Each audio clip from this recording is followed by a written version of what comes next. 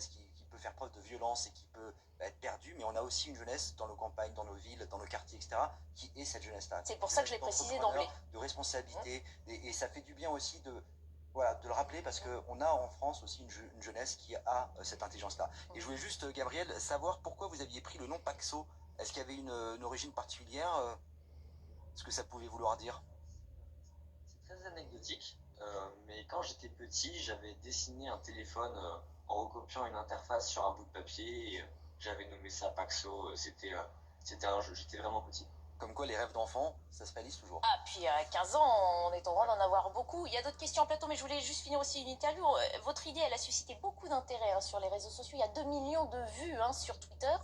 Ça veut dire que c'est assez formidable, ça, Gabriel, et que votre projet peut aller loin. C'est quoi la suite pour le Paxo? Alors aujourd'hui, l'idée est tout d'abord de construire une communauté de développeurs et d'ingénieurs pour faire évoluer le concept, comme l'ajout de fonctionnalités spécifiques à des domaines, mais aussi d'améliorer la fiabilité du téléphone. Ensuite, ça pourrait devenir un projet technologique pour des écoles, par exemple, pour montrer le fonctionnement basique d'un téléphone.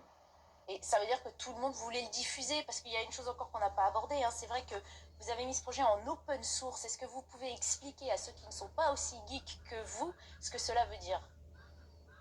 Alors, open source, très simplement, ça veut dire libre de droit. Ouais. Donc le concept, les logiciels appartiennent à tout le monde. Chacun peut l'utiliser, ça n'appartient pas à une entreprise. Et tout le monde peut contribuer aussi à le faire évoluer.